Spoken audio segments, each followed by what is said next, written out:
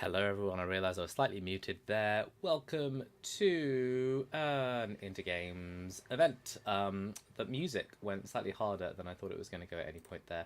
You just give me a hello in the comments, just real quick, assuming that you can hear me, that you can see me, that this is working. A little wave of the hand. Hey, Leon, thanks for giving me a little wave of the hand. Is there? Just want to make sure that we're all there, good on the tech.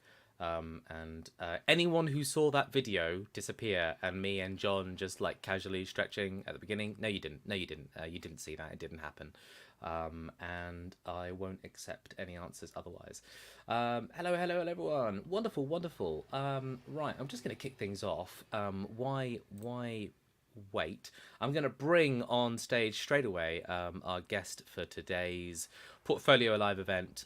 Joining me on stage is John O'Reilly. John, how are you doing? I'm doing all right. How are you? I'm all right. I'm all right. Yeah, Yeah. killing. Pretty chipper. Actually, haven't done like one of these little live streams. It feels like a long time, but it's just because we've had this massive conference in the UK, and it feels like a black hole of just it. I don't know. It feels like a checkpoint in the year where there's before develop and after develop. And so this is the first after develop event of the year. So always quite refreshing and sort of feels like everything's got a brand new perspective to it. How are you, John? Are you all right? Yeah, I'm doing good. I'm excited to look at some portfolios, give what feedback I can, and yeah, see if we can help people maybe get their first job or get their next job in games. Amazing. Yeah, no, that's what we're here to do. That's what we're here to do. Jonas, you're coming in quite apparently quiet. That's fine. I'm going to bring the mic closer and just let me know if that does or doesn't help. I can adjust the volume on my microphone, but hopefully this just does enough. Yeah. Hey everyone. So if this is your first time viewing an Intergames event, then hello. Thanks for joining us. Intergames is an organisation based in the UK. Our main goal is to make the UK games industry just more accessible to everyone at the bottom level. We just really believe that the games industry should be accessible no matter what your background, that the job should be accessible. And one thing that we notice in the games industry is that that entry level wall to get your first job in the games industry is just like cataclysmically, that's a word, high. The demand is really high, the expectations really high, and there's a lot of knowledge that isn't shared. There's a lot of resources that don't exist where other industries might actually have those resources. And so we just work really hard to basically find people in the games industry like John, and we just try and yank them into our space and say, can you share some knowledge? Can you teach some people, what what your experiences are, how it's done, and what can people do to make that journey just that little bit easier? And to steal a slogan from a famous supermarket, every little helps. So John, you're here to do just that. And we're going to look at some portfolios today. It's our first time doing this kind of event. So if you're joining us here today, well done. You are an early adopter of Portfolio Live, an event format in which we have asked members of our community basically to volunteer their portfolios, saying, hey, guys, listen, your portfolios, yeah, they're really important to getting you a job in the games industry. I think we all agree with that. And John, I'll let you sort of talk a little bit more about that in a minute. But they're really important. And what we'd like to do is to kind of help you make your portfolio better. Could you give us your portfolio, please? And could you just give us permission to just take a look at it, and we can talk a little bit about what is commonly like, what are some strengths in particular portfolios, like what are people doing right, and just also equally important, like what are some things that don't make the portfolio as strong or don't stand out, or what could people be doing to make those portfolios stronger. And so while we're going to be looking at a specific few portfolios, the advice is like generally true. It is universally true to put a lot of grandeur to it. And so no matter who you are, no matter what your background, whether you're an artist now or you could be an artist later, hopefully there's going to be some really nice, amazing sort of advice and truths and things here for you to take home that you'll probably find really help you, not just in your art portfolios, but perhaps in how you generally communicate and how you generally kind of enter the games industry anyway. John, could you please, when you're ready, tell us a little bit about yourself? What's your background? What you do? And why are why are portfolios, but particularly in art, a visual medium? Why are they important? Sure. So yeah, let's start about me. So my name is John O'Reilly. I am a technical artist, and right now I'm freelancing.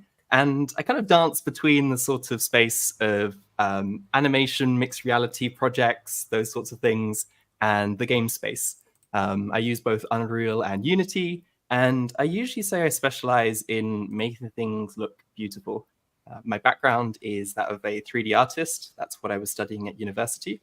And it's sort of from 3D art that I start to gain more of a sort of interest in the wider systems at play at making art really sort of sing in Engine, make the art direction kind of happen.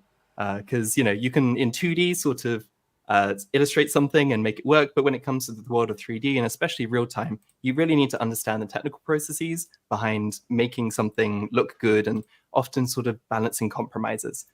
So it's kind of like my my big kind of goal creatively for a while now has kind of been trying to make games look more interesting. I come from sort of a time, well, not maybe come from a time, but a big frustration for me when I was sort of looking to get into the games industry was why so many games were focusing on just realism when there's this whole sort of world of different sort of stylized and illustrative and heavily art directed realistic projects as well, that really kind of make things interesting beyond just chasing realism. So yeah, that's kind of like what I focus on creatively. And yeah, I can start to give a bit of a spiel, if you like, about sort of my own work, my own portfolio, where I'm coming from with that. But do you want to touch on maybe the course that's upcoming first? Yeah, absolutely. Wow, what course, John? Well, I'm glad you asked. Into Games does we do a number of different initiatives, right? We do some of these events, which are like the YouTube live streams that you can jump into.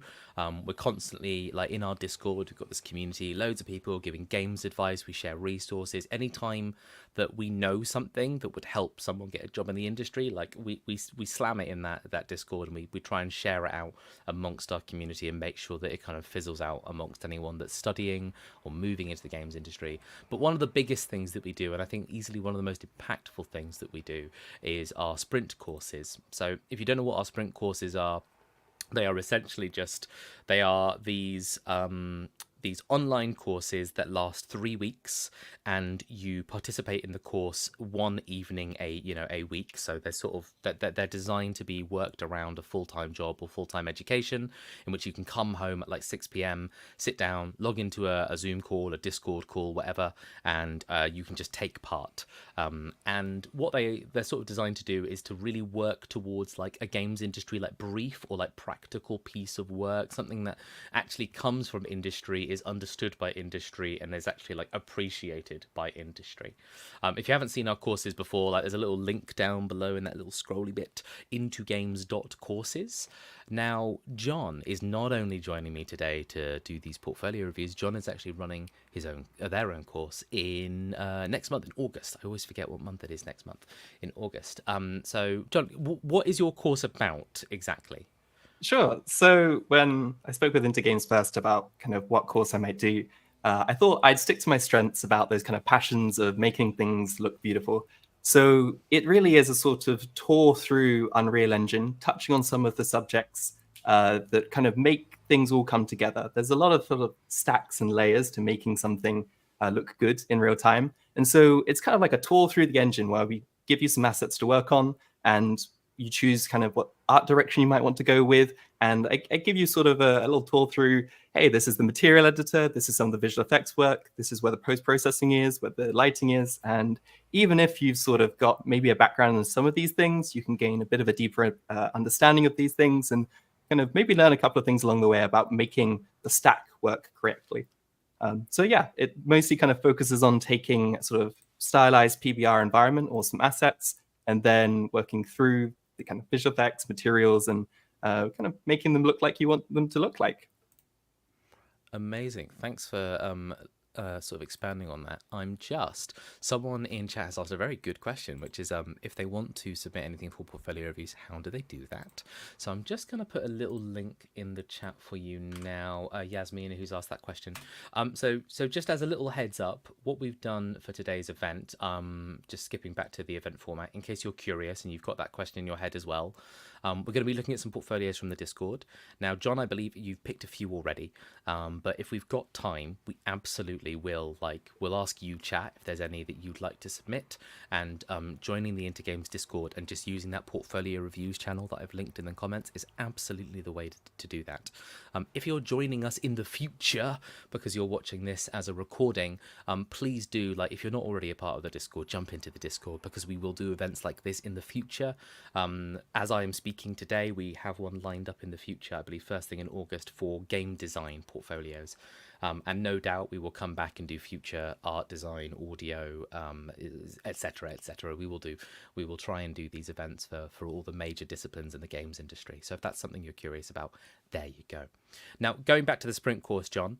So that's a course that you're running with us next month, taking people through that tutorial and showing people, sort of how to get there. I suppose their artist legs into Unreal, so to speak. And yeah, that's starting in August. So if you haven't seen that course, there's still a couple of days to sign up. Again, if you're watching this live, you're here right now, you know what to do. If you're watching this in the digital future, as long as we haven't hit the 2nd or 3rd of August, I think it's the 1st Monday of August next month.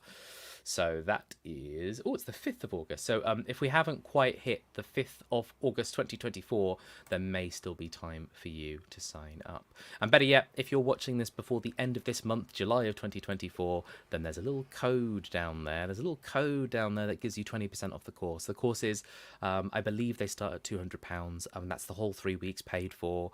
That's everything. That's making sure that you've got a piece of work and some real working experience at the end to show for it as well. I think the courses are amazing, and I really do recommend them. There's a little course there to kind of help ease that financial wheel. And if you are someone from a low income background as well, or if this is something that you're just really unsure about financially, please do just email us. You can email intergamesprints@intergames.org or hello@intergames.org. If you're from a low-income background, then we do offer bursaries and sort of financial support for all of our courses. So just get in touch. If you feel that this is something you'd like to have a conversation about, by all means, it's a conversation that Intergames will 100% have with you. Thanks so much for everyone and your patience there. Now let's let's get into the meat of it, really, which I think is kind of the portfolio stuff. Now, John, what I'm going to do is I'm going to bring your screen up on in just a moment. So whatever you want to have up to share, just get that ready for me. And everyone in chat, what I'm going to do in a moment is I'm going to basically give John their screen, and I'm just going to disappear into the background. I'm going to leave you with John, and John, you're just going to start talking off the cuff and sharing your thoughts. Chat, feel free to comment throughout the entire process. John and I will both be reading chat as we go. If you've got something you want to say, or you've got a question you want John to really expand on something, just put it in the comments. Vice versa, if you want to save a question for the end as well, there's, assuming that there's time for that, we'll 100% do a little Q&A section at the end. John, there is your screen, and everyone, I leave you with John. See you later. Brilliant. Well, thanks for the introduction, Jonas. So let's get into it. I thought, what better way to start than sort of maybe provide a little bit more context about what I do, what I'm about, and then it also lets you kind of take a pinch of salt in terms of where is this advice coming from? I'm someone that cares very much about stylized stuff, and I also have a sort of non-conventional portfolio myself. So this is my portfolio. It's kind of been this way since university. This is what it used to look like at university. For those interested, I have always kind of hosted my portfolio on a website called card.co. That's with 2 R's, card. And I've always liked this approach just because as a technical artist, I have never found that there are definitely technical artists that have good portfolios on websites like ArtStation. But I always felt like there was work that didn't quite fit into a full ArtStation post. I think if you're a 3D artist or a 2D artist, then ArtStation's layout is perfect and will do the job. But at least for me, I've always found that I wanted a little bit more control over this. So this is my portfolio back when I was in university. And it's very much kind of stayed the same to now. I want to point out a couple of things about my portfolio. And one of the first things that comes to mind is this little thing way down at the bottom here, this little visual effect.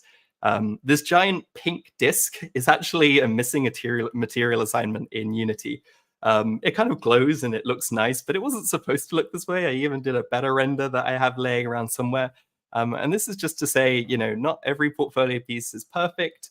Not every portfolio is kind of glossy and has everything in the right place.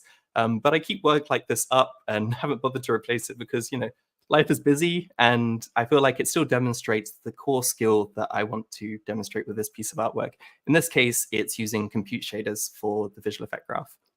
So yeah, my work is sort of, as I mentioned earlier, a lot of focused around stylized work, things and shaders, so making things look visually interesting. There are sort of multiple flavors of technical artist, and like I said, come from that art background. So there's people that maybe come from that programming background and they can give better feedback on scripts and tooling and those sorts of things, and people that come from procedural work like Houdini. But for me, it's very much sort of focused on shaders, visual effects, and look development, which is to say the process of making something match a certain art direction as well as possible in Engine. So I have a few tabs to my own portfolio. I had some blog posts that I wrote when I was at Unity, which I've kind of sectioned out because, I feel like it's better to section those out so people can know, hey, this is where you can read some lengthy breakdowns. I also have some games from sort of when I was back doing my studies. These are quite out of date, and I think a bit of advice that I might give earlier, which might be a bit hypocritical even, is it's always best to sort of show your strongest work, right? You want to make sure that there isn't a piece of work that you can supersede. And if you scroll down on this page, I'm so proud of how some of these things look, and things that I did back in college. But yeah, I'm mostly with this trying to tell a bit of a story. And I think that's the theme that I might touch on a couple of times, which is, especially if you're early on in your career, it can be helpful to show sort of where your growth has come from.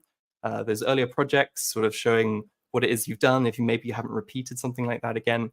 And yeah, I also host a kind of version of my CV on my website, which is quite in depth, but it helps give people more of an in-depth insight if they're looking for like, hey, this is really cool visual stuff, but we know that we use this certain tool or this certain workflow at our studio. Is this something that John has used in the past? So yeah, that's my portfolio. You can find it at jono.re if you want to poke around. And I've also kept, for anyone that I mentor, and you guys can access this too, if you go to jkor@card.co, you can also see my second year university portfolio, where it has some realism work, which I cut out because I'm not really about the realism these days. And it has some of my first year sort of projects where I was showing off my galleries that I made in the first year of some random little technical tests and stuff, as well as some of my old sort of 2D illustration stuff and pixel art stuff, which actually kind of came back to be somewhat useful later on in my career. So again, I just actually want to touch on, before we get into the portfolio reviews themselves, I'm a big advocate for people really dressing up their own LinkedIn. When I'm talking to recruiters and talking to a company for the first time, because I have a sort of litany of little experiences and stuff with different companies and different bits of freelance work, sometimes that doesn't always shine through on a single page CV or on my own portfolio, admittedly.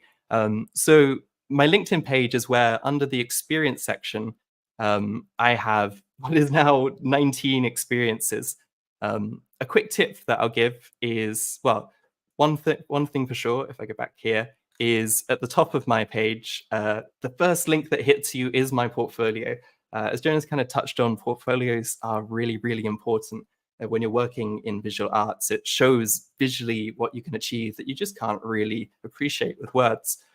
So putting your own portfolio as your featured link on LinkedIn, I think is a really good shout, because it's honestly where recruiters are these days. And if you're trying to get that first job, hitting them and making it easy, kind of hitting them in their face with like, hey, this is my work, go check it out, come be visually impressed by it, I think is a really good shout.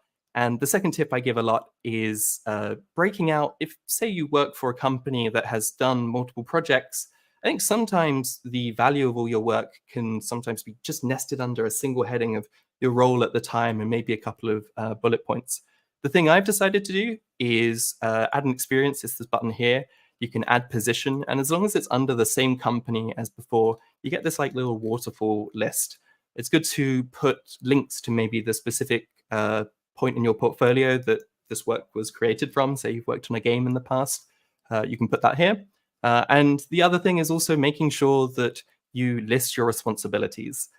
Sometimes you can just see a project, and especially if it was a tiny bit of a work experience or if it was a group project at university, sometimes it can be hard to appreciate exactly the person you're talking to, what it is they contributed to the project. So really saying, I was responsible, like using those words for the VFX sequences or for the shaders or the materials, whatever it is, and then having some links to really support that.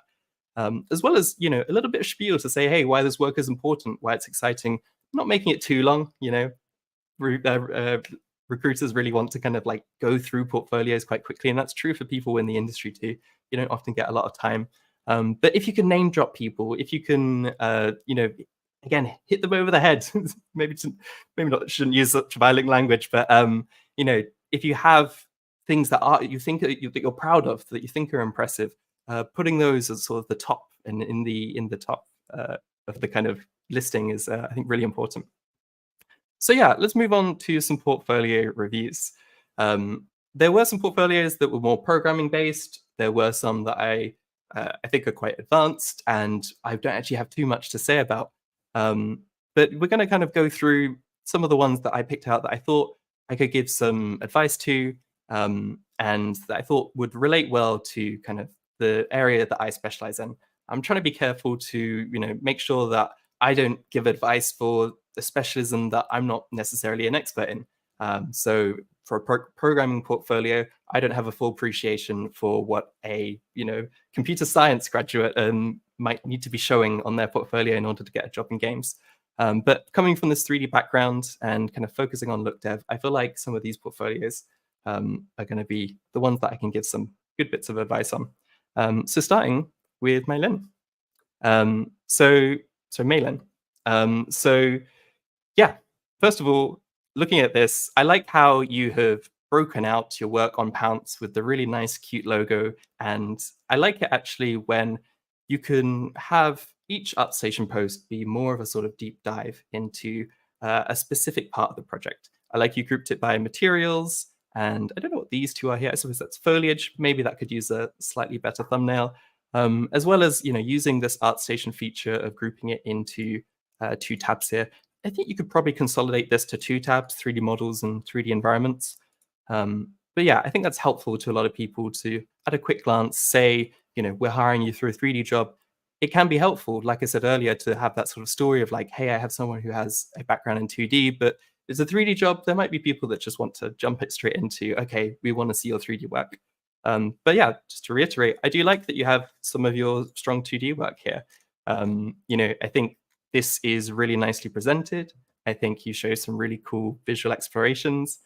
This technique that you're showing here, where you sort of explore silhouettes, is something I'm personally a really big fan of, showing how you can explore shape language and then elevate that into a stronger concept. I think is a really good workflow, especially when it comes to being later on in your career as a 3D artist and needing to maybe take your 3D work, screenshot it, and do what's called a draw over.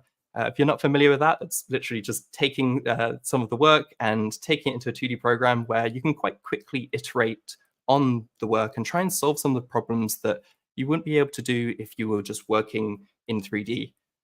When it comes to 3D work, you're often kind of constrained by the tooling, whatever it is, Maya, Blender, 3ds Max, to sometimes execute on a visual idea. There's a lot of steps, and it means that sometimes your work can not exactly be hitting the right marks, and say it be shape language, how the materials are rendering.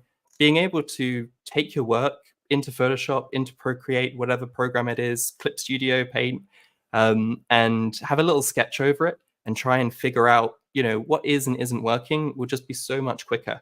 I'm also a big fan actually of just kind of making multiple layers in your 2D program and just kind of hashing through a few ideas.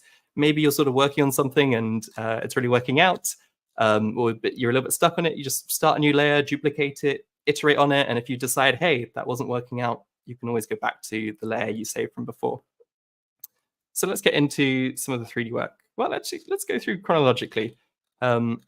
So this project here, the first thing that hits me is that it does actually have a really good appreciation for light and GI, but some of the things that are letting it down slightly is perspective and I think some of the material rendering.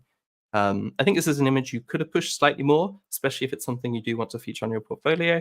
But I don't think it's, like I said earlier, it doesn't need to be perfect. I think you demonstrate some skills here which are definitely useful as a 3D environment artist. Appreciating lighting and hues and tones, I think that's demonstrated with this image, as well as this sort of image here where you're showing some of the reference that you pulled. This is like a really cool thing, I think, is to show like, hey, I've gathered good reference, because when you're preparing to make a piece, is so often when you're going through a review with someone with their work as a professional or otherwise, maybe it's with a student, you always hit that point where it's like, I know it needs to look like something, but it's not quite hitting the mark. So let's go look at exactly what it looks like. So I think it's really cool that you've showed us some of that that work here. I think maybe this could be knocked down slightly in the list, because you also have some nice breakdowns here in some of the shapes that you're working with and some of the details, as well as these thumbnails. I think that's really cool to see what you explored before you chose the one at the top right. Also, the technique of working in monochrome, just black to white and keeping it quick and simple, is definitely a valuable skill when it comes to working in 3D still, knowing how to work with values and what really highlights something if it is a brighter value. Jonas, maybe you can tell me if someone shouts me in the chat, by the way, because I'm just full on ramble mode. So if someone does send me these sort of questions, and if you do have questions about these things, or if you're reviewing your portfolio live and you have something to add, then please let me know. This is the first time I've done a sort of portfolio review in this sort of way. And usually I think it's good to have it be a one-on-one dialogue and understand where it is the artist is coming from and what they're looking to achieve with each piece. But yeah, in this format, if you can sort of give me a little bit of feedback, then let me know. Yeah, also this kind of image down here, I think it's really cool to show that you have these full color renderings of the different lighting styles. I think this could definitely be bumped up in the post, especially as it is so relevant with 3D work. So yeah, a slight reshuffling of these images. And I mean, this is 6 months ago. Maybe this is something that you still wouldn't mind working on a little bit. But yeah, there might be some things that you could maybe touch up a little bit in this image. Some of the edges, some of the individual textures reading. There are like this woman at the bottom left of the screen here, I think is nicely rendered compared to some of the other things in the image. And yeah, the perspective, kind of making sure that all your lines are converging. But like I said, it's not every piece is perfect, and a piece that is at least finished in some regard and up on your portfolio is something that you can actually show off. It is good to just say, hey, I'm done. There are things I'd like to improve, but usually I think it's better to say, I'll just do that on the next piece. I'll take the lessons I've learned when I'm re-energized about a new piece. And I know a lot of people in the 3D world like to keep up their 2D skills. So if that's something you are liking keeping up with, and you do want to make new environment pieces, then yeah, absolutely, take those lessons forward to your next piece. And when you feel like you have, maybe 1-2 pieces that supersede this, are better than this, they demonstrate the same things, I think you could leave this on your portfolio for a while to show your technique, and show how you're exploring lighting styles and silhouettes and stuff. But yeah, I think you might be able to replace this with a piece of work that you feel like does and shows the same things, but is better in every way. So let's move on to Pounce. First of all, I really like a lot of the foliage in this project. I suppose we'll get onto that with the next post. Actually, let's start with that. So one of the things I noticed in this is I like that it's split out, and I like that you have these breakdowns. They're brilliant to show, like, just in a gray box, hey, what does this asset look like when it's separated from the lighting? And same here, showing the textures. And I think one of the things this demonstrates to me is that you have some really nice, vibrant textures, some really cool shape work. I like how these on the left here, this foliage has that kind of like plum, rounded shape, and that deep shift from a sort of darker purple to a peachy hue. And the same with the leaves. I love how they have that sort of shift from a bluey shadow to that more kind of vibrant green at the tips. I feel like those specific bits of foliage, just the same here for the flowers. They're so strong, but I feel like it gets lost a little bit when we go to your Kitty Glade level. One small thing I'll mention here, And there are probably people that disagree with me on this, but I like it when, I don't know, this might be something that ArtStation has moved to a pro account. I'm not entirely sure. Like I said, I don't use ArtStation, but I like it when people use the MP4 embed on ArtStation. A couple of the things I've had on this is like I click pause on one of these videos and YouTube throws up recommendations, or it comes in at full volume. So just having the embedded MP4 by itself can be a little bit simpler. Oh, I've accidentally done the thing where I zoom with my camera with a hand signal. So yeah, so if I go to, so yeah, let's play the video quickly. I think one of the things that hit me is, I don't know if you're using the movie render key for this, but there is a little bit of stuttering that happens if I just go back a little bit. I don't know if that comes through on the stream. But yeah, there's just a little bit of stuttering when the camera moves. And I think this can be the sort of things that could be good to hash out sometimes. If you're using the movie render queue, the way I get the most high quality renders is to render to a PNG sequence, and then to use the Adobe Media Encoder to stitch all the PNG sequences together.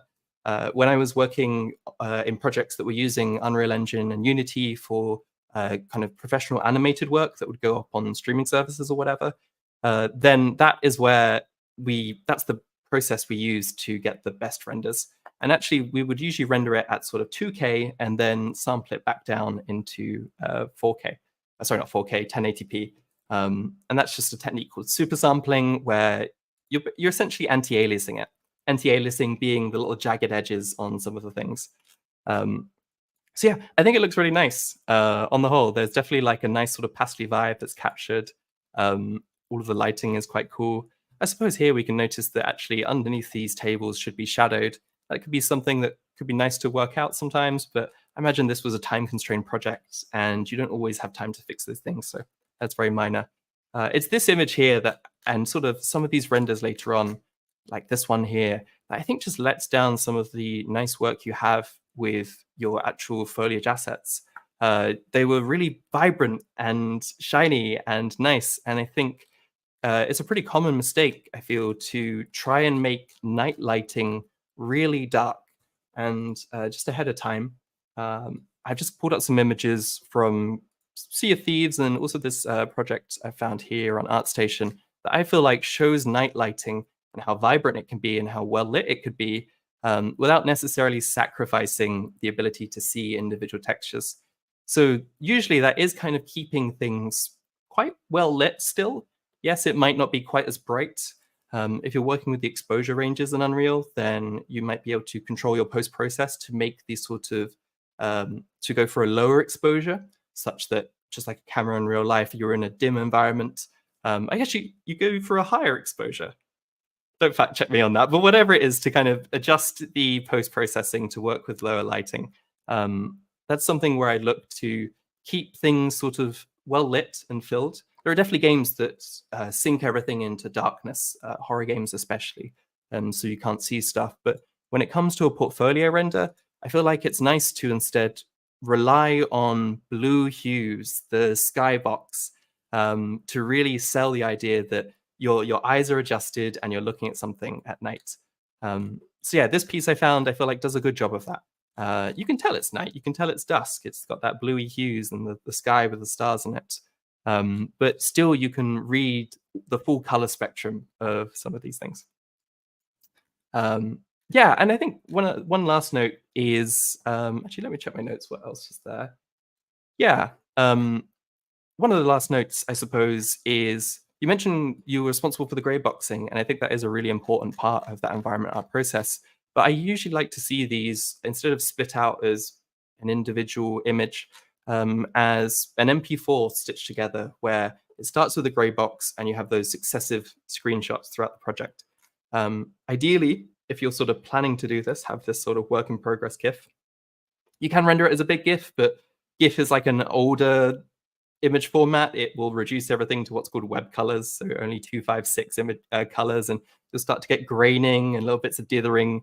It works, it's fine, but you'll also end up with a really big image file a lot of the time if you're not careful. So MP4 or WebM usually is the more modern format to use. But yeah, if you can, and then you can have it be 1080p quite easily. But yeah, if you plan for it at the start of the project, in Unreal, you can press Control and 1, I believe, or it's Control Shift to maybe set it, and then Control 1 to go back to a set camera location. Don't hold me to that. I think that might be the hotkey. But you can set it up that way. That can be sometimes easy to override, but also creating a camera object and saying, hey, this is where I'm going to render from, using the movie render queue to render to the same folder each time. And you could just hit the movie render queue, spit out a single PNG, and just have that spit out to a folder in Unreal. And then by the end of the project, as long as you remember to do that at the end of each day, then you can have a really nice work in progress GIF. It doesn't have to be the end of each day, whenever you feel like you've done a good bit of work. I feel like this can be really good to just show like, hey, we took something and we improved on it and we improved on it. And I think it's a nicer way to show the Greybox work in context. And let's go to the last post. So I don't have anything to say about the foliage. I mean, other than I just really like it. Like, I like that it's broken out. I like that you've gone for these, like, especially this trick that you used here, which might not everyone might know about, where you take a mesh, you essentially chamfer the corner at the back edge, and you end up with what is like a photo studio. If I just Google this here, if I put stock image, sometimes here we go. So the back of a photo studio, you can see it very clearly with this one here. Open image, new tab. They've kind of got a big bit of fabric, and it's sort of draped out so that it kind of gives, you can see it on the left edge here. If I just draw this out, it has this like curve upwards. So that technique that you've used, I think, is great for having that nice gray void that looks very professional. And then, yeah, let's move on to the materials.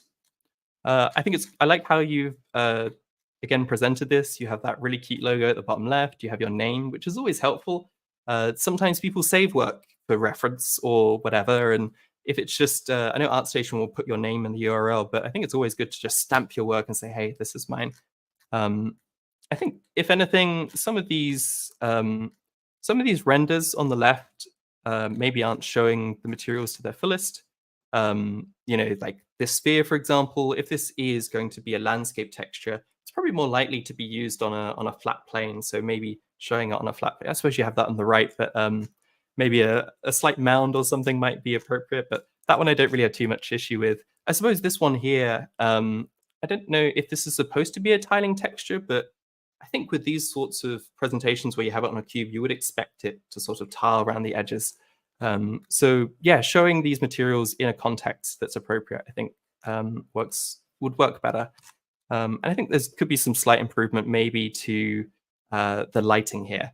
If you've ever heard of that sort of 3-point lighting, I think that still stands when you're doing some of these material renders to make them look a little bit better than just that sort of flat fill light that you might otherwise default to. But yeah, otherwise, to summarize, I think for someone that's in their second year of 3D games art, I think you're building on a strong portfolio. I think one of the things I like is that you show what you care about, the sorts of environments and subjects that you're interested in. And yeah, I think you're only just going to keep building from here. So yeah, keep at it. Cool. Oh yeah, as sort of Rick has pointed out there, Tiny Worlds, you could benefit from rendering your mattes in Marmoset or Unreal. Substance Designer renders don't really show your materials in the best light. If that's something that you've spotted, yeah, fabulous. Getting it into Engine can really help. Cool. So yeah, Leon, let's move on to your portfolio. So yeah, there's a couple of things that I spotted first of all. So moving on from sort of Mylin, sorry. That you kind of can sometimes group your work. I think that might be appropriate for some of these weapons that you've made.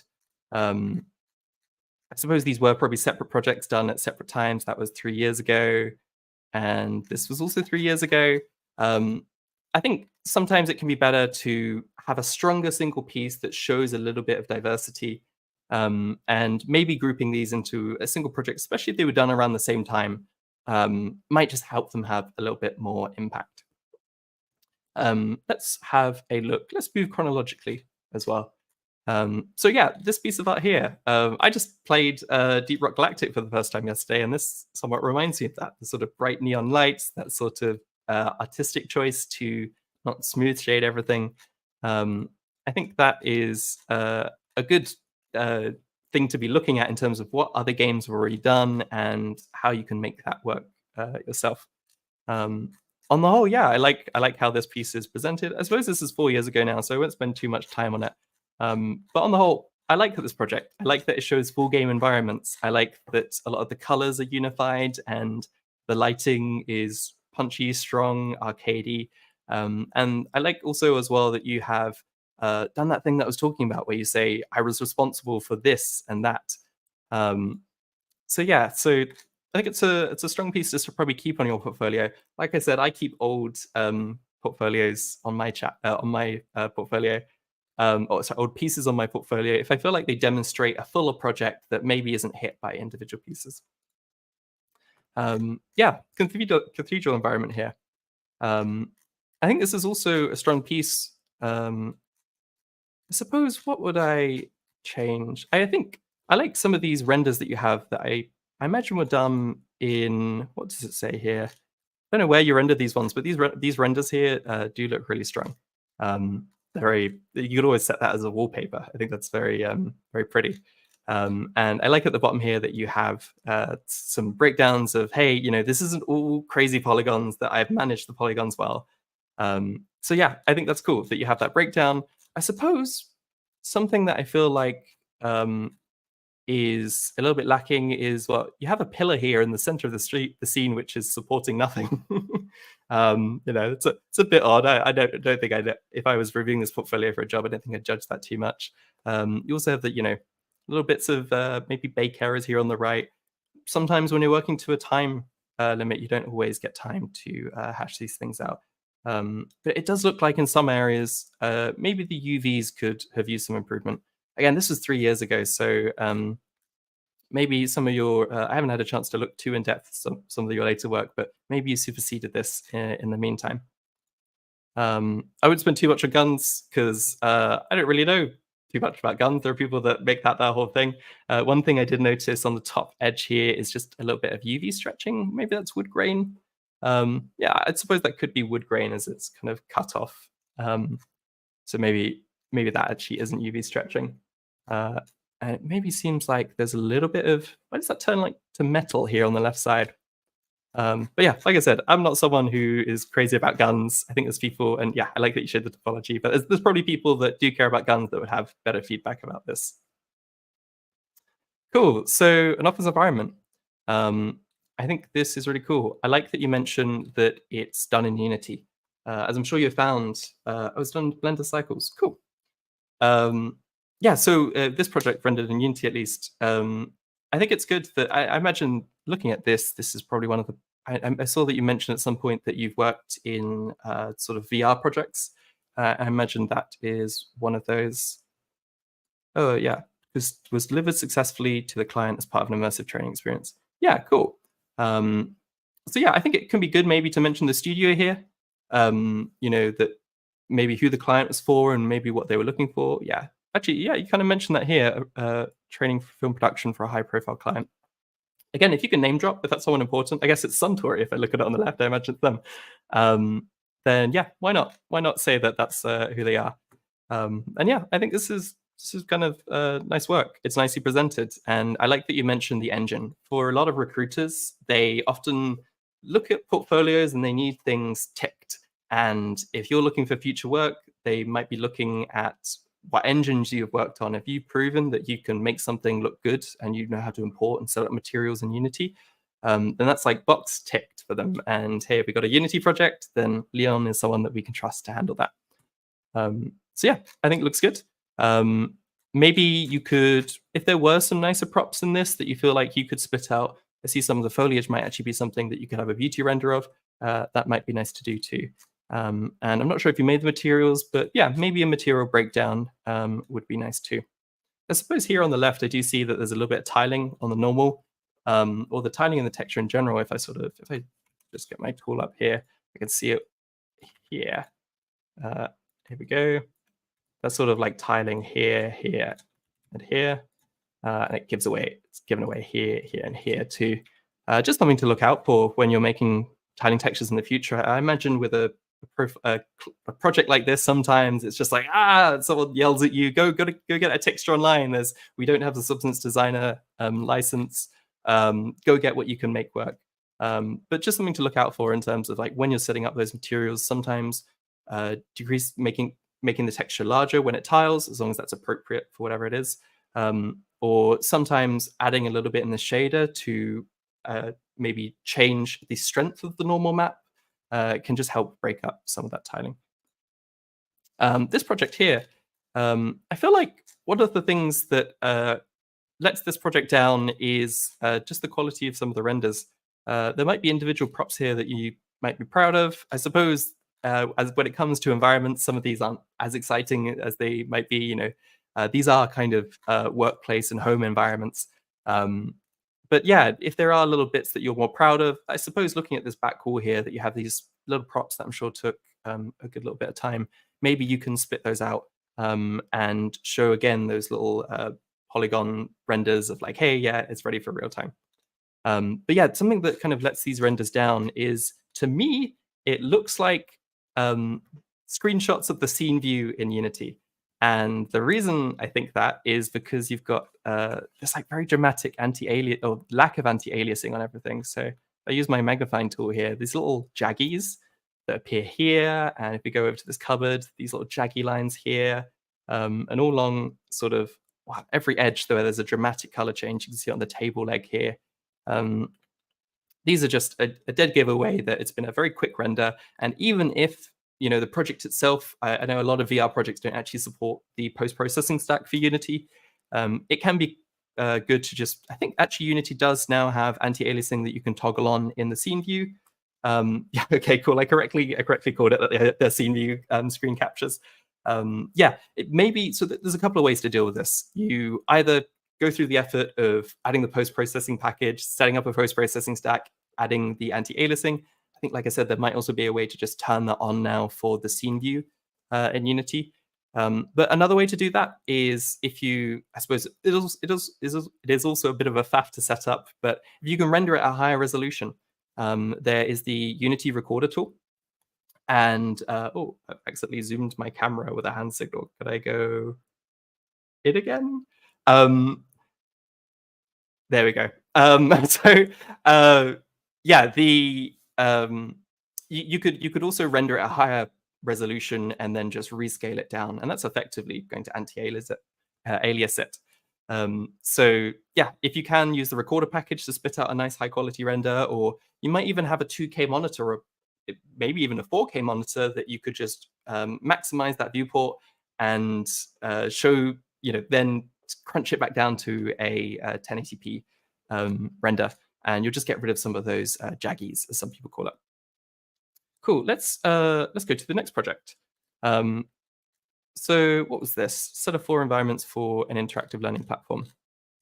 Yeah, I think with this work, it's clear that it has to obviously work on potentially, it could even be a portable VR headset. I don't know what this had to be for, but I know from personal experience, if you're working with some of these VR headsets, especially older ones, then they're standalone devices. They can actually be like the power of a phone just slapped to your face in terms of rendering support and performance. So sometimes, yeah, you really do have to work in some of these low poly environments. But I feel like this is just one of your weaker pieces of work. I feel like you're perhaps a little bit constrained by those technical limitations, the time limitations. And this could be something that maybe lives on your LinkedIn as like one of those sort of bullet points I mentioned earlier, that, hey, this is a thing I worked on. But yeah, I feel like it almost does a bit of a disservice to your portfolio in terms of like, there's really big jaggy polygons, and I feel like the style doesn't exactly marry up like it did for that first project where you had big jaggy polygons, because that was an intentional choice. It feels like here, if I'm looking for this and I'm reviewing through portfolios, I might go, that's something they missed, someone reviewing portfolios doesn't always have the time in the world to think, oh, maybe this was intentional, maybe this is a limitation outside of their control. So sometimes you just got to be careful with, like, there are things that can happen because of project limitations, but maybe it's just this render here that you could remove, or perhaps some of these renders shouldn't be taken from as far away. And again, if you did work on this project that you feel like was really strong, for example, looking at the concrete material, if that's something you made, then maybe make the post more about that. Um, and yeah, show some of the stronger elements of it. I'd also like to see with the landscape blending here, a lot of it is very soft landscape blending, and using that trick where you put in a mask texture to give you a little bit of better edge breakup, or using a height map, is so commonly landscape materials will use to kind of decide what is above and what is below. That really could have improved the material here. And yeah, let's move into the next piece. Again, a gun piece. I feel like the renders are really nice here. It would be nice to maybe see a render of the individual bits of geometry, like a wireframe render. And you mentioned Modern Blender, Texture and Substance Painter. Yeah, it'd be nice to see how you rendered this too. Was this maybe also rendered in Cycles? Perhaps, but yeah, just mentioning that. So these are really nice renders, but someone might be thinking, hey, can someone make this look this good in Unreal Engine? And if you have made this look this good in Unity or an Unreal Engine, then that really is an achievement. Getting high quality renders, it can be a bit of a challenge out of engines. A lot of them are set up by default just to be performant, and so learning what to turn on, how to manage the post processing can mean that you can get quality renders that look as good as this, especially with all the ray tracing that's added to the engines now. Cool, and I think, if I'm right, this is your most recent piece. Yeah, same tip. Maybe render this. Maybe have this video as an embedded MP4 if that is something you can do with a free ArtStation account. I'm not sure. If not, who cares really? I think it's just a very mild improvement that you can make. Yeah, I like that you've got these nice sort of camera moves to show things off, show off the depth of the environment. This shot in particular, I think, is very strong compositionally, the lighting being the focus of the center, and some of these like repeating elements, these modules back here, I think can just be a little bit, not as interesting to look at as something that's a little bit more varied like this one. And so, yeah, when it comes to these renders lower down, I think shots like this are some of your stronger ones. If I go up to this one here, it kind of just feels like you're tucked behind a pillar. I think I'd always really enjoy this one if just the pillar was out of the way so you could kind of see into the environment. But yeah, I think it's a nice portfolio piece. It depends if you're going for. There are definitely styles where you don't have too much variation in the roughness / smoothness texture if you're in Unity. But if you are going for realism, I suppose there's a lot of bright colors. Maybe there are a lot of games that kind of rely on a little bit of plasticky looks, and I think that this could be meeting that well if that is supposed to be slightly stylized. But if you were pushing it towards realism, then yeah, having a little bit more variation in the roughness map, I think, could help. And yeah, here's one of these breakdown GIFs, which I think are really great. You can see in parts where the gradients are a little bit like posterized almost, like they're split up just because you're using a GIF, and you can use a little bit of high frequency detail. But yeah, I think it's nice to show the progress. I think it can be a little bit easier to read if you just make sure you have the camera locked out. So that tip that I mentioned earlier, yeah, so here you've broken, and it's a little bit harder to track all of a sudden. But yeah, if you can, for your next pieces, if you're planning to do a breakdown shot like this, create a camera, don't touch it, name it work in progress camera or whatever, and then use the inbuilt engine tool to get some nice high quality renders. And yeah, this is quite a nice arty render. Quite like this actually, even if it doesn't necessarily demonstrate at a glance which props are which. It does show that, hey, you've been careful about the geometry, and I almost do quite like it for just, it looks cool. Again, you could have this as a wallpaper. So yeah, I think you're definitely kind of telling a story. I think maybe some of these pieces of work have more value on your CV than maybe your portfolio, as they are professional experience where you'll be gaining more soft skills, but maybe they're not necessarily as exciting visually, or you need to just choose out some of the bits that you think you're most excited by, or were your biggest contributions to the project. Cool. Let's move on to Giz. If I'm saying that right. At least that's your nickname in Discord. Yeah, so cool portfolio. It was great to actually, I think some people, it's really cool when you do use this like version of ArtStation where it breaks it out into just a standalone website. And it was great to hear actually that one of the things that you mentioned is, hey, we published a game that has 20 million downloads globally. That is huge. That means you probably gained a ton of experience in terms of like actually building something to platform, making it work on devices. 20 million downloads means that you must have had people that were yelling at you saying like, it doesn't work on this, why doesn't it look bad on that? And so I think that's a really, strong achievement that you have, and I think it's good that you have that in the second line of your resume. And it's cool that I can click in and see what it is. I did have a bit of confusion, like which project it was. So maybe you could just re-edit this slightly to say I co-founded, perhaps the name of the company, a company which published the name of the game, the big hit, a game that achieved 20 million downloads globally. Because when I came to your portfolio, I was like, wow, 20 million downloads. Which one of these is it? So I clicked through and I read through this, and it says that yes, it is the big hit. But I think that is a big achievement. I think it's great that you're being proud and yelling about it. I like, again, you've got these breakdowns. You have your name, you have the URL in there. That's really helpful if someone downloads your work. For sometimes something that can happen is, and Jonas, I hope we can go a little bit over time with this. I would like to make sure I get to a couple more portfolios at least. Yeah, let me just jump in real quick. Okay, I like it's really valuable content. So what I would like to quickly do is, firstly, John, are you okay to go past 2 o'clock? That's really important because you're the professional here volunteering your time for us. And I would hate to keep you past any kind of limitation. Yeah, let's do it. We're gonna speed up though, and we're gonna hit some quick beats. And I'm sorry to people that I got to later on.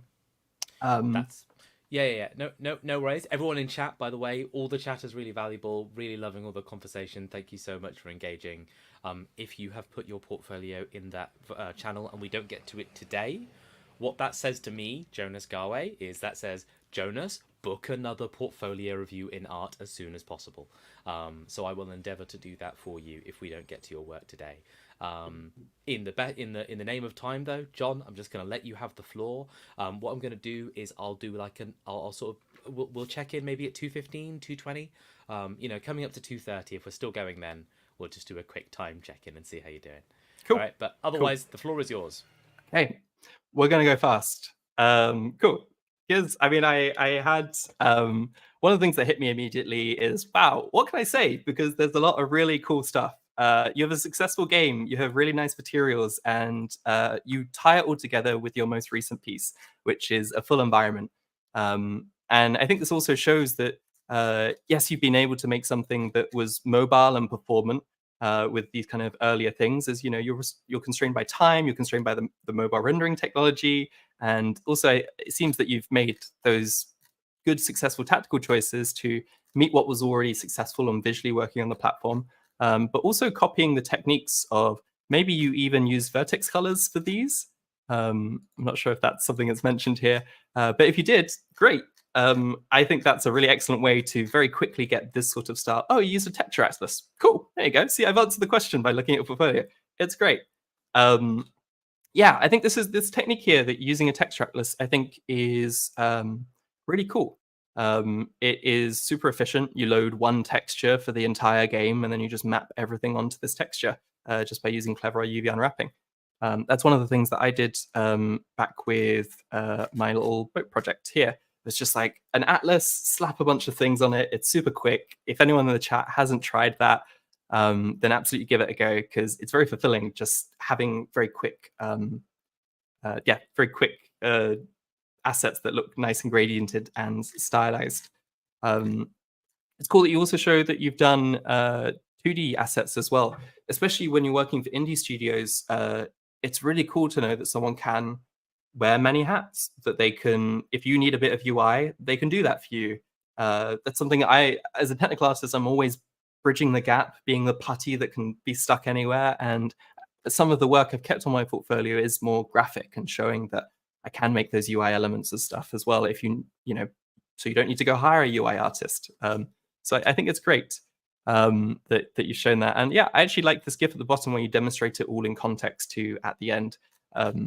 People just don't have the time when they're reviewing portfolios to go and download games.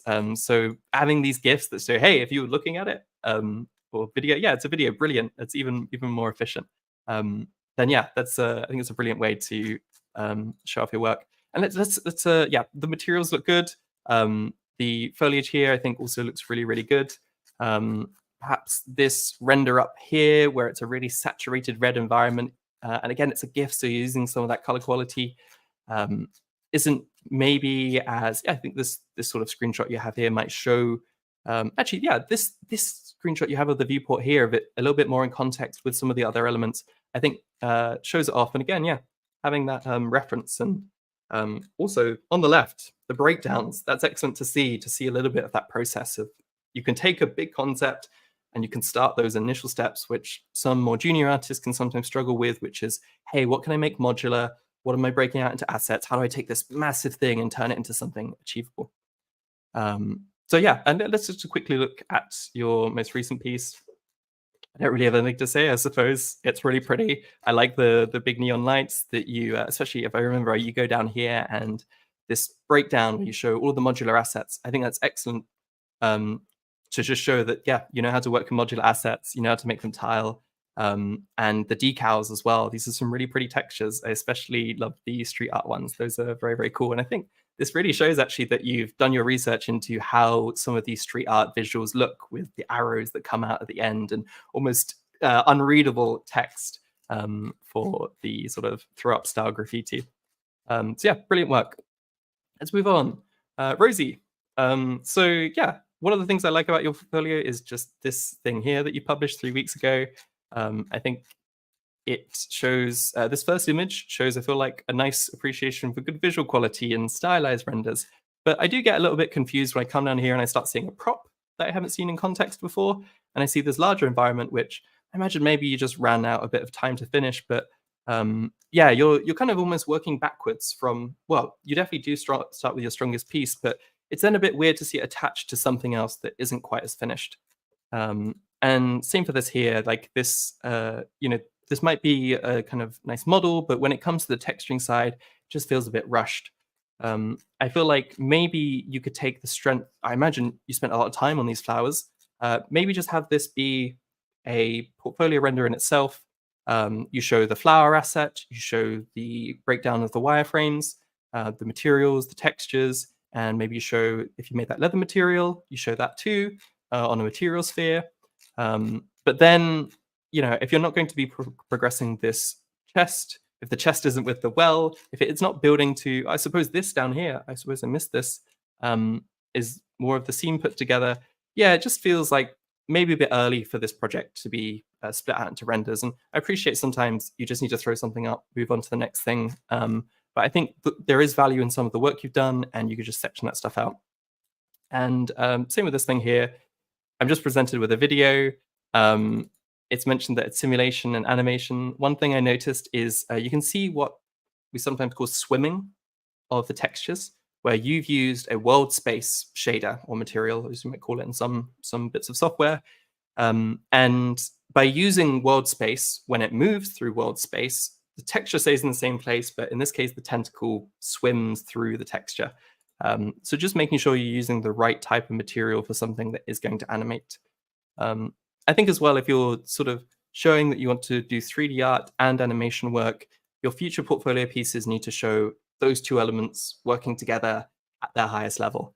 If you just care about the animation and you feel like the 3D artwork is just getting in your way, then it's okay to be using other people's rigs to demonstrate your animation work, or to, what can sometimes be good is to de-elevate, I suppose, kind of make some of the visual elements that you're working with more simpler and make it clear that they're not trying to reach a sort of visual bar, they're placeholder to demonstrate the animation. So in this case, if you didn't have too much time for the texturing of the head, making it all just gray and showing a little bit more detail into the work that was to make this kind of simulate nicely and animate nicely, and potentially the setup of the rig and perhaps some of the skin weights and what else you can do with the tentacle. I feel like that would be a good approach for someone looking to show more of the animation work. And the same with the 3D. Like if you're finding that animation isn't something you care about too much, then don't feel the need to get animation into every project. But yeah, there is a lot of skill sometimes in having these sort of two skills together. Again, if you're working at places where you're working with smaller teams, that can sometimes be at larger studios where they have smaller teams for certain projects, someone who knows how to make a model and rig a model and animate a model can be super valuable. So yeah, that's definitely having that cross-discipline skill set is something that's super valuable. Just make sure that you're hitting the heights of a good 3D model and a good animation as you're moving forward. Rick. Yeah, so hi Rick, I see you're in the chat. It's good to see that you have such strong material work, and I know that you've mentioned that you're looking to maybe move into technical art. It is a very in-demand skill, and I think you definitely have a really good background to start moving into a lot of the area of technical art that I actually specialize in, which is making more complex materials, making things really look good in engine with look development, nice post-processing, good lighting. And I know that's something that you mentioned in your little blurb here, that you have experience with Unreal Engine shader development. So yeah, some of these things are really, really cool. That sort of, especially tooling in Substance Painter can be a really big thing for some studios. And I like how this is presented. I suppose something that did confuse me at first is you have the little text that says stylized highlight generator, but maybe it would be cool to have just a different thumbnail that's like maybe a little bit of a cross section showing maybe one of these masks that you have here, that shows it's more of a tool. At first glance, I just thought, oh, this is another nice material render. So yeah, the text does help, but I feel like the thumbnail could be slightly improved. Yeah, I think it's a really beautiful work. Again, I like that you share, you really show the sort of styles that you really get energized about.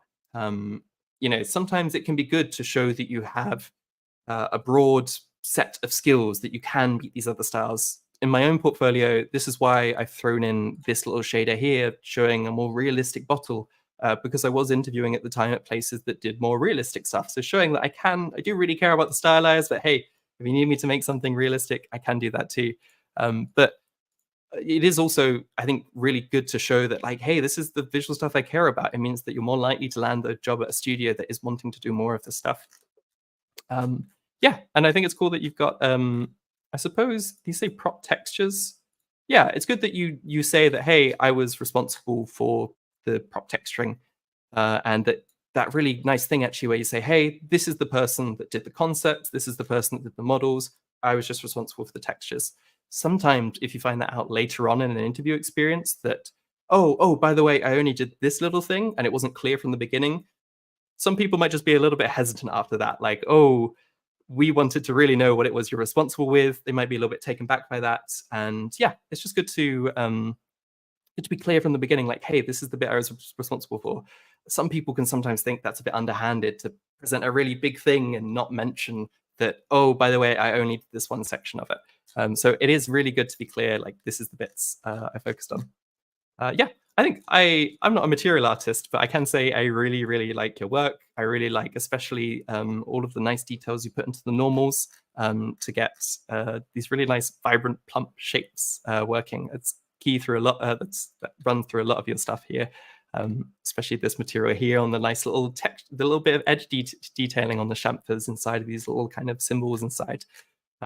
Yeah, I think it's really strong work. And going forward, maybe you find yourself in a bind like me where you work on some more of these technical art things, but I think you might need to move yourself into a website to have more blogs and long breakdowns or whatever. But I think on the whole, it's a really strong portfolio, and I like the way that you've broken down this tool on this page here. Cool. Harry George. Yeah, I'm going to go really quick. I again like your portfolio. I think it's cool that you show you're all about the stylized, that you're building that story of like, hey, I'm someone who has, this is the thing that really excites me. I'm enthusiastic about it, and going forward, I want to do more of this work because it builds what I call a trajectory, right? Like you're showing that you're thinking about that next step, and yeah, you're thinking about like, I want to land at a studio where I can do more of this stuff, and a studio will look at this stuff and say, hey, this guy can do more of this stuff for us. Let's go through one of your older projects. Stylized Caustic Blade. Is this 2D or 3D? I suppose there's 2D images here. Here we go, it's 3D. Brilliant. I love it when that happens, 3D art, that you can't actually tell immediately. Oh, it rotates. That would have answered my question if I stayed here for a little bit longer. Cool. Yeah, I think it's cool. I think looking at it from the side, you can tell it's something that really was focused on that sort of flat view from your earlier concepts. I think a little bit of work could have been done to imagine what it looks like from the side. You can see on the edge of the hilt here, it just becomes a bit flat.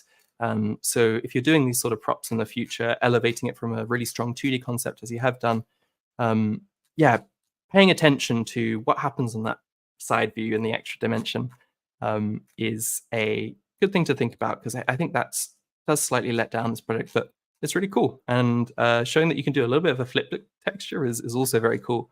That's a skill that you can bring forward with you, because there are a lot of stylized pieces that do rely on these flip book textures for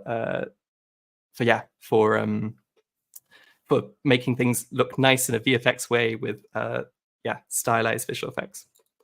Let's move to your next piece. I think this is strong too. Strong sense of color. Ooh, I like this render here. I didn't see this initially, where you flipped it with a little bit of different lighting. Potentially, this could be one of those things again where if you have two things that are really working in the portfolio, maybe there's a little like slice that shows you like it can do both. It can look this way or it can look that way.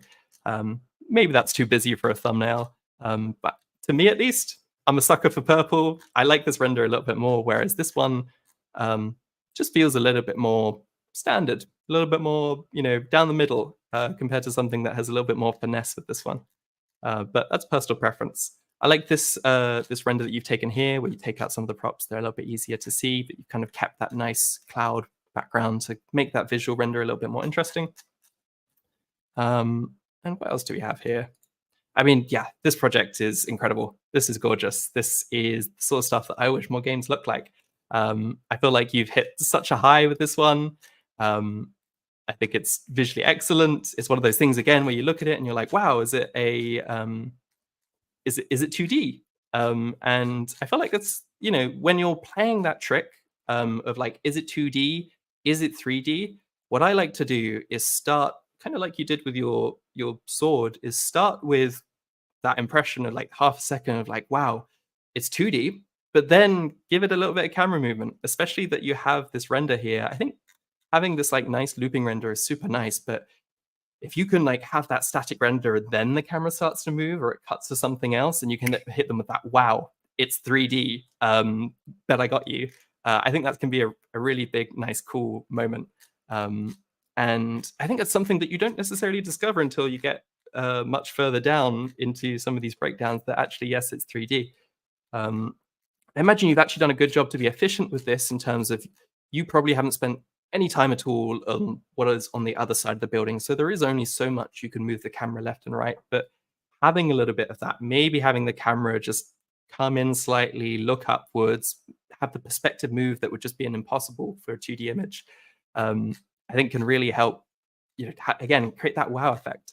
I like that you've shown the sculpt. This is really, really cool. Your attention to the detail of how this quilted material would fold is really nice. The little dents on the metal, you're getting really good read on the materials even before you've added texture into it. I suppose with these material node breakdowns here, it would maybe be nice to, I like that you've organized them. And I suppose I could probably take a moment to think like, oh, what is this? What does that? But it might be nice to show this in context a little bit more. Like I'm looking at these nodes and I'm trying to imagine what is it achieving. Maybe if there's a little bit of a material preview into the corner, then this would help explain like, oh, this is what this is doing. Sometimes, especially when you're putting work into materials, it's making it sell better from different angles, making it more reactive for real time. So maybe a little bit of movement, rotating around a prop that's using the material can really help give that reference of what are these materials doing. Or maybe just a little bit of text, like other portfolios have that little bar at the bottom that has the name, the project, and what it is. Maybe a little bit of text that just says, this is the, if I squint, I can see this is the master material for the grass. But yeah, having it maybe a little bit of grass moving in the corner or something, elevating this to an MP4, or maybe grouping it if you for some reason had maybe it's not appropriate for just the grass, but if you did have a bunch of foliage, having the foliage as one image, and then next if you had that little bar, it's the foliage beauty renders, and then the next image is this is the foliage material, and just as someone looking at the portfolio can quickly see what that is. Yeah, it's super cool that you've animated this little crow. It does feel like we're maybe a little bit close to the crow, and we're starting to get into that like bit where we're so close to something that the illusion falls apart. But I think it's cool that you've shown this little detail that you've rigged something, you've animated it, and it is cute. And I see you've got one more piece recently. Again, really, really strong work. This is really incredible stuff. I like that you put a little bit of thought into what color the background render should be, that it's not just a default mid-gray.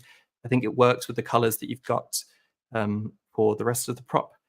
And yeah, it's a really strong project. I like that you show the, what is it, the orb material, whatever the material is in ZBrush. This is a really nice render, showing all those extra little highlights of detail that you've sculpted in that you might not necessarily appreciate from just looking at the final piece, that you've done an excellent high poly. You've put in work to sculpt those planks, make them unique and cool.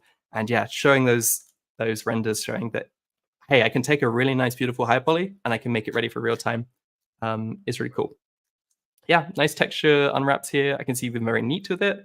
It's great that, this is something you've had time to do well, do nicely. Even professional projects, you don't always have the time to do that. So it's great that you're saying, hey, this is my best work when it comes to having things be laid out nicely, making the best of the UV texture space. And yeah, showing these like slices so you can pack more in. And what is this little video? Yeah, showing that you have a tunable material, I think is very cool. So often when I'm doing look development work, elevating a lot of the numbers to parameters is what allows you to create a material that you can tune in the viewport, setting up behaviors that you want, but then allowing yourself to just dial in the number to get the exact right look, I think is super cool. And looking here, it's all nicely named, it's useful. It's the sort of thing where you could send this off to another artist and you wouldn't need to have a whole bit of documentation. They know, oh, if I want to change the gradient color, I know exactly what it is I want to change. So yeah, really, really cool work. And yeah, I like that you've used MP4s. Maybe it could be good to cut out the little Windows bar at the bottom, but very minor thing. Cool. And we're just going to fly through this one. Veronica. So is this a... So I didn't have time to look. I believe you dropped this in chat just before we started. Concept art student. Cool. So I'm not a concept artist, so take my thoughts with a pinch of salt. But since you turned up in chat, we're going to at the start. We'll have a quick look at this. So yeah, life drawing. I think life drawing. Everyone talks about how life drawing is a super important skill, taking forward whenever you want to work with humans and people in your work. I think these are also showing really good fundamentals in terms of, especially with this hand here, showing the transmittance through light through skin as it turns red on the other side. Showing that you pay attention to these details is definitely things that I think is really important for those sort of fundamentals when it comes to working in any area of the arts that deals with realism or otherwise. When it comes to stylization, knowing those fundamentals and how you would stylize them is kind of what you build upon.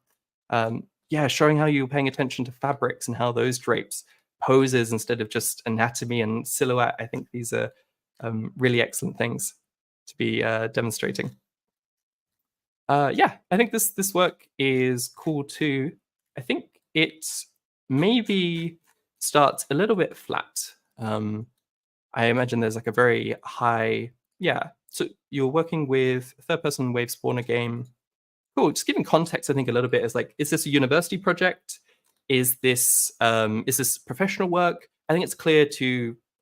I think it's good to make clear in the little spiel. Maybe it's actually described here. But yeah, making clear that yeah, it says university project here. I think that's a good thing to put in the blurb, just to again give that context of what it is you're working with. It gives me as someone looking at the portfolio insight into what limitations you're working with. And often if it's a university project, you're working with a chaotic group of people which are all learning to coordinate for the first time. So yeah, showing that you can do a little bit of UI assets. Sometimes, the way you get your first job in the industry is just the first job that lands in your lap, the first person that is looking to give you that opportunity, and they might not have a 2D concept job yet, but they know that they need someone to do a little bit of graphic work, a little bit of UI work. And if you demonstrate you can do that, sometimes that's a good way to just get your foot in the door and then work as you've kind of build that network, build that professional experience on moving to that ultimate goal of being a 2D concept artist in the industry. Yeah, I think this is cool work. I think some of these images are coming, like this image here I think is very effective, but some of these I feel like are stronger than others. Like for example, the bottom right here, I think that's a really fabulous image showing attention to texture, different shape language, and how it hits the stylized rocks, and how a nice gradient can be made. I think these are really, really strong images, and I feel like some of these earlier images, maybe the splash screen here, it's just a little bit weaker, a little bit flatter. Doesn't necessarily show your full skills. So maybe shuffling a couple of these things around, or grouping some of these more UI elements or promotional art into maybe one image, as kind of like 4 stack of them. But yeah, this is cool. And maybe there is enough. Yeah, UI and Splash. Yeah, I think it's probably good to keep it grouped by project in this case. This is super cool. I love kind of weird bits of creature design. It would be, oh yeah, and I like that actually coming through here, you have that little bar that says your name, what the project is for. I love seeing that early experimentation of like, where did this final piece come from? What were you experimenting with? I think these concepts are really cool. You're showing poses, you're showing different types of fashion, and how human is it? How big are the arms? I suppose in this top concept here, something that I lost a little bit is the feet are just so spread wide that I didn't initially read actually that this is someone with big gauntlet gloves on. I feel like the pose almost lets down what I now read down here, as someone in a nice big costume. But I think it's excellent work. I think it's really, really cool to show the process. And yeah, also these explorations, the visual effects, showing that you can hit these things of like, not just the character concept, but hey, I can also give you ideas of how the visual effects should work for a game character is super, super cool. Yeah, but I think something that might be nice to see actually is if this is something that's based in a specific culture, maybe it is, maybe it isn't. I do see elements from certain cultures here.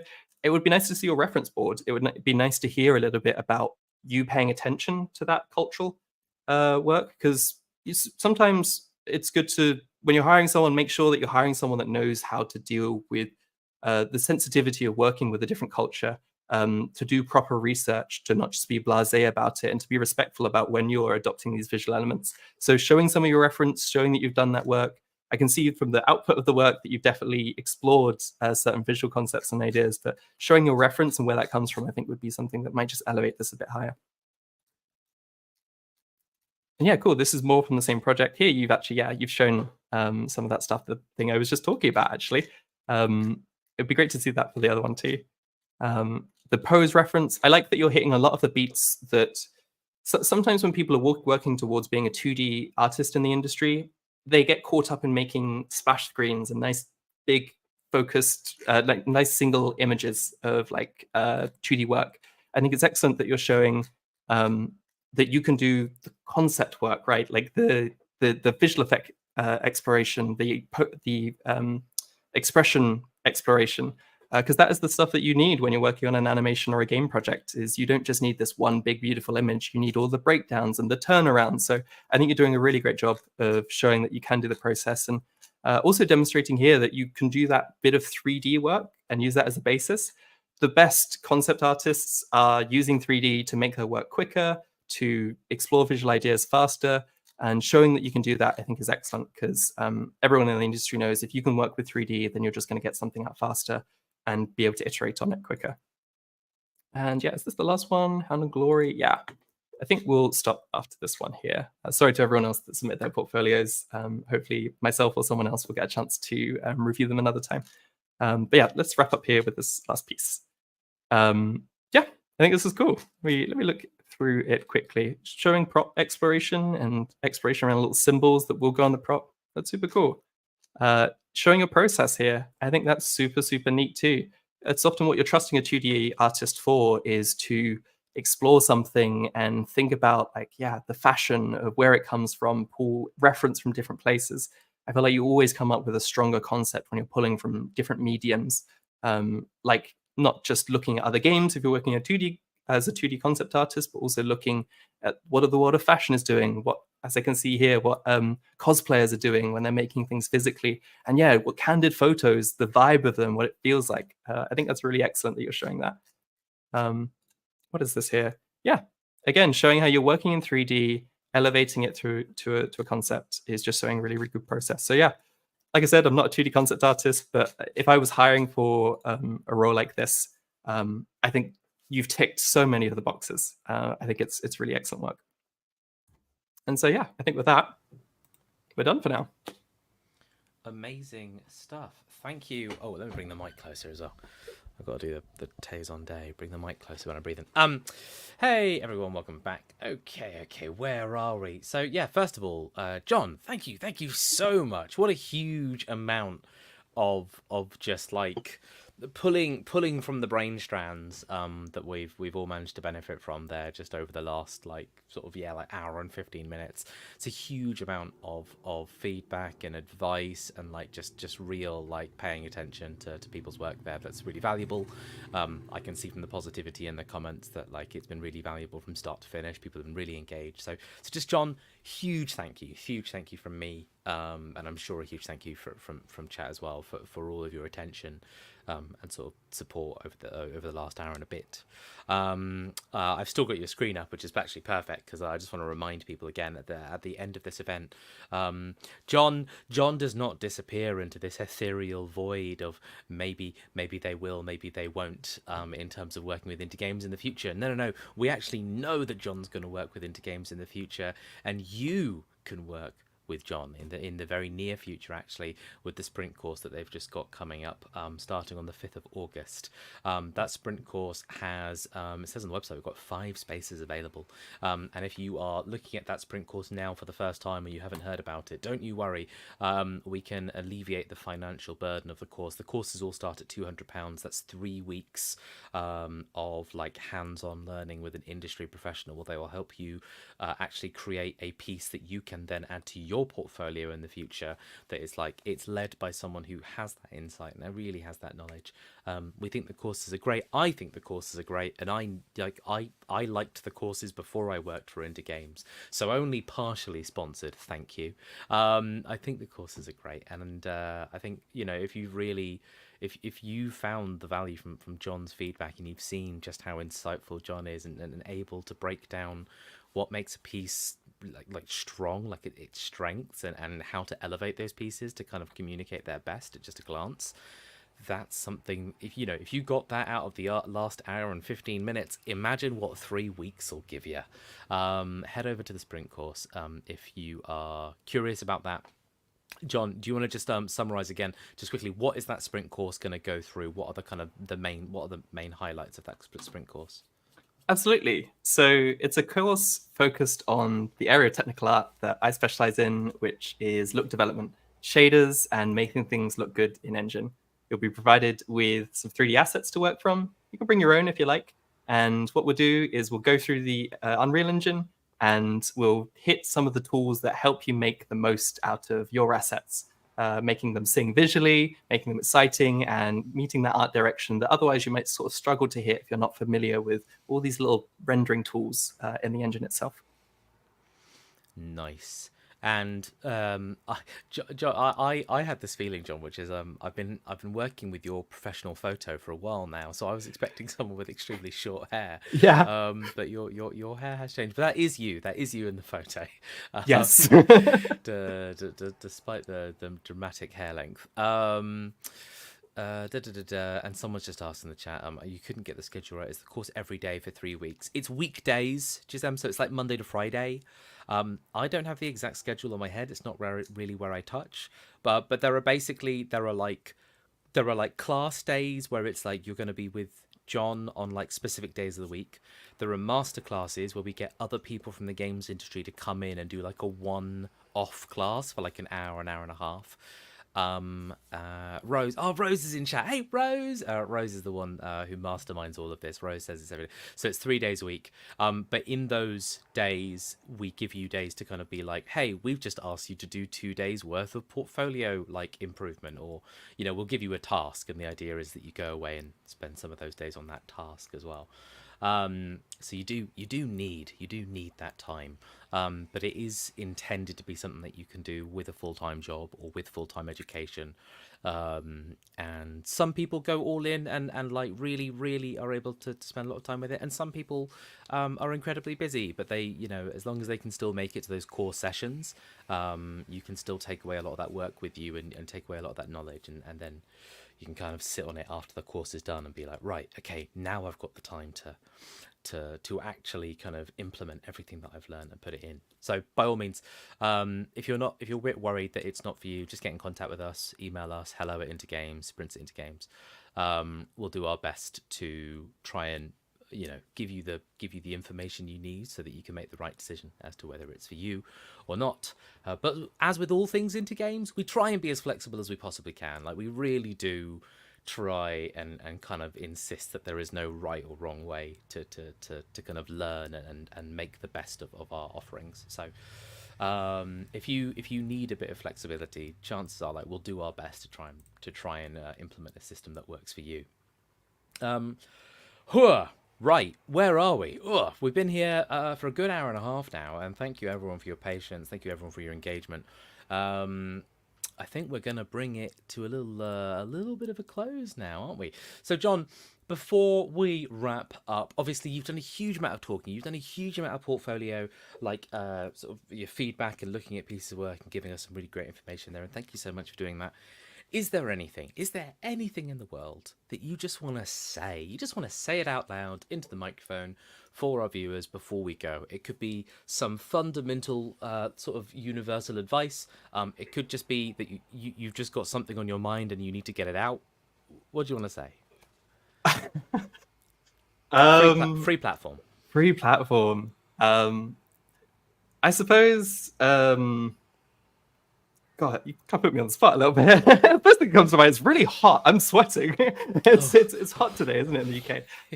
Yeah. Second thing that comes to mind is we all start somewhere, right? Like there are some portfolios from a lot of students today, and I think it's very easy to. I remember being there as a student, looking at other people's portfolios, thinking, "Oh my God, how am I ever going to make something that good?" But it comes with time. Just working on your next project, taking the lessons forward that you learn. If you're looking at a piece of work and you're going, that's I know I can do better, then that's great. It shows that you've learned something over the course of your life's project. So yeah, it's been brilliant to see everyone's work, and just keep working, keep adding new stuff to your portfolio, and keep making the art that makes you happy. I think ultimately that's how to position yourself best in the industry, is to make the artwork that most excites you, you most enjoy, and just kind of having attention on sort of what industry professionals will be looking at when it comes to demonstrating that in your portfolio. So yeah, make art makes you happy, and shout loud and proud about it. Amazing stuff. Thank you so much, John.